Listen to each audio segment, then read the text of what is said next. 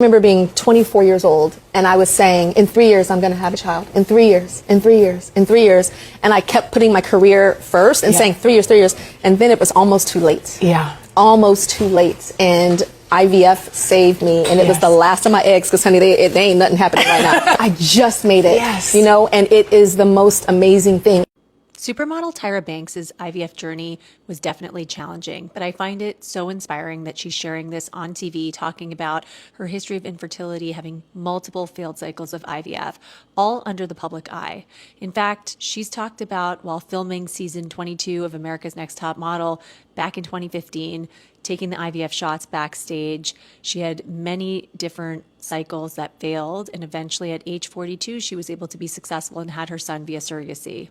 So I wanted to use this opportunity to talk about something that comes up so much in my day-to-day practice and in my own life, timing. She talked openly about how she delayed having children so that she could focus on her career.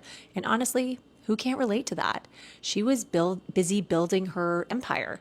And like so many of us, she assumed that she would figure out the baby part later. But here's the catch. Our prime fertility years often overlap with the most demanding years of school, training, career, and building. And let's be real, just trying to become the person that we want to be. It can be very hard to prioritize focusing on your personal goals, let alone planning for them. But I'm here to tell you, from someone who sees it all, it is so important. It's actually crucial. If you don't stop and think about what you want out of life, who will? And yes, the biological clock is very real. That doesn't mean that we're powerless. Doesn't have to be scary. There are ways that we can be strategic, like freezing eggs or embryos. That's one option. But there's also something to just taking a step back and thinking critically about your timeline. And sometimes that may mean making adjustments to what you thought your plan was.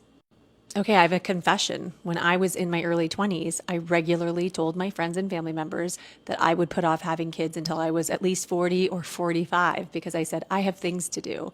And then I became a fertility doctor, and I learned that even with all the science and technology in the world, we can't always outsmart our biology. We have to work with it. And that realization actually caused me to change my plan and move up my timeline. I also froze embryos as part of that plan.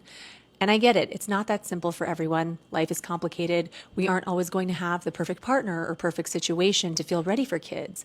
In fact, many of you may not even know for sure that you want to have children, and that's okay.